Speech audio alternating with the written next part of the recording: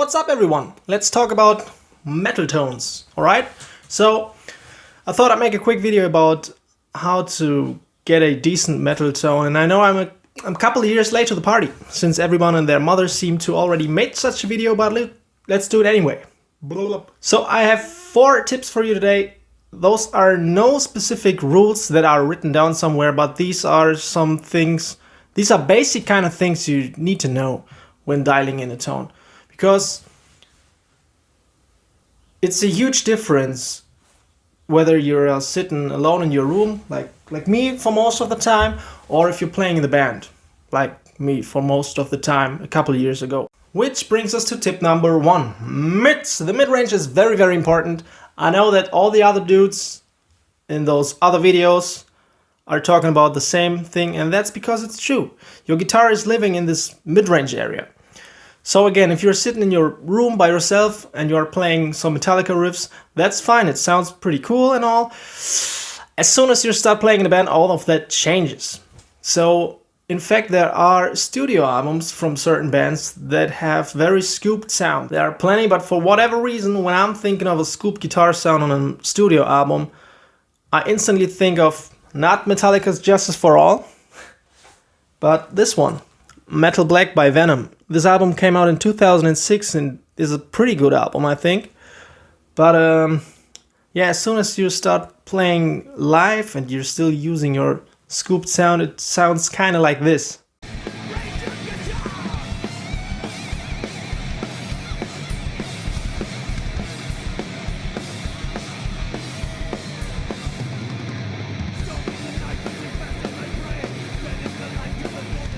Yeah, tell him to raise his guitar, and while you at it, you could tell him to use the knob for the mid-range on his amplifier. That would be a great idea, right? Because I'm sure that is a dope-ass solo, but you could barely hear it because it has nothing to do with raising the volume. It's the mid-range. If those mids are missing, yeah, you know what I mean, alright? Use some damn mids, okay? So, number 2.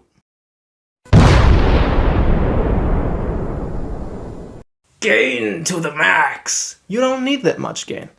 All it adds to your signal is more noise, more feedback, more hum, more everything.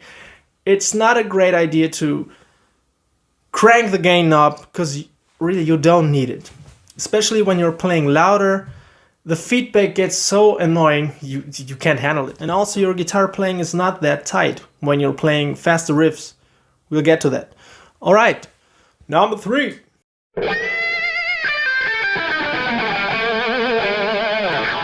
Overdrive pedals. Those are going hand in hand with the gain situation, because the trick is you dial the gain back on the amplifier, and then you put an overdrive pedal in front of the amplifier, and I'll show it to you, alright?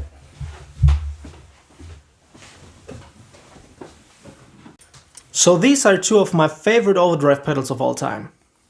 In fact, this is the one that Zakk Wylde used for a very long time during the 90s, and then MXR hooked him up with his signature model, which is basically based on this one.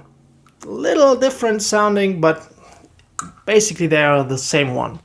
Okay, but how to use an overdrive pedal?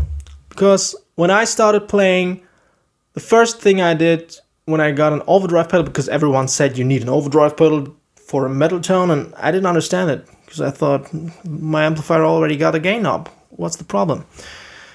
So I would go and crank the gain. The output was at 12 o'clock and the tone, I didn't care for the tone. So I was horrified when I didn't instantly sound like Metallica's Black Album or Pantera or whatever. Because that's not the right way, alright? The thing is, you are dialing the gain on your amplifier back like 10 or 11 o'clock even. You don't need this much, as I said. And then one very popular way is to crank the output, dial the gain back all the way, or just add a little of gain, and the tone, it's preference, it's really preference, whatever you like. And then the overdrive pedal and your amp combined will do the magic. So you don't have all that feedback, you'll get a much tighter sound, and it's just way better for metal, especially when you're playing the fast riffs and stuff like that. You know, much palm mutes, and it's very great. So, number 4!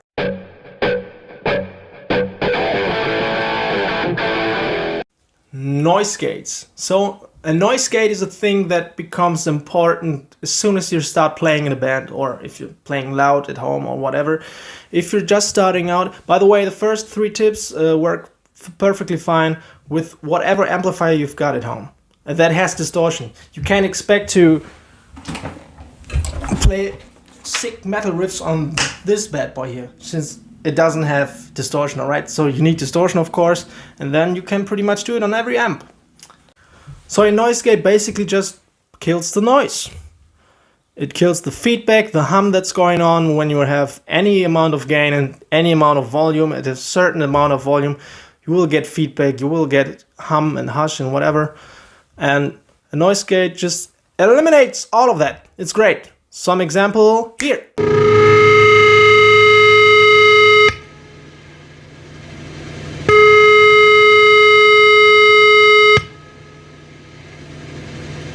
So, to recap, use those mids, they don't bite, not too much gain, use an overdrive pedal, combine it with your amplifier distortion, and a noise gate would be a pretty good idea.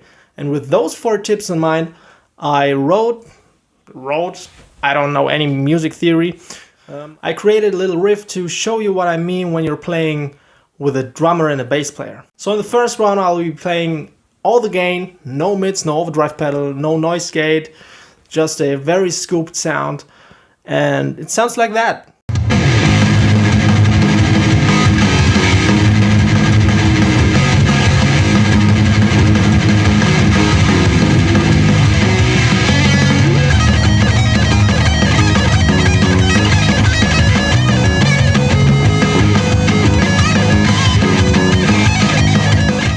So now I'm using less gain, I'm using an overdrive pedal, this one to be exact. I'm using a noise gate. This is a Rocktron surf tremolo. It has a noise gate. That's pretty dope. It's a very good noise gate. In fact, Jeff Hanneman from Slayer used it in the late 90s in his live rig, and I was also, it's got a noise gate, alright? So I'm using it only for that. It sounds a little bit like this.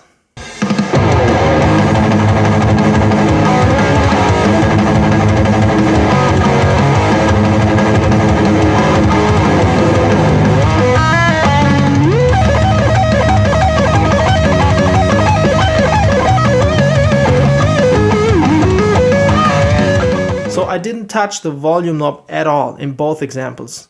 I just scooped the mids, added some bass and some treble, and it has nothing to do with how loud your amplifier is. It's just the mid frequencies. You just get lost in the mix, all right? So thank you very much for watching. I hope that helped a little bit, and see you in the next video, I guess.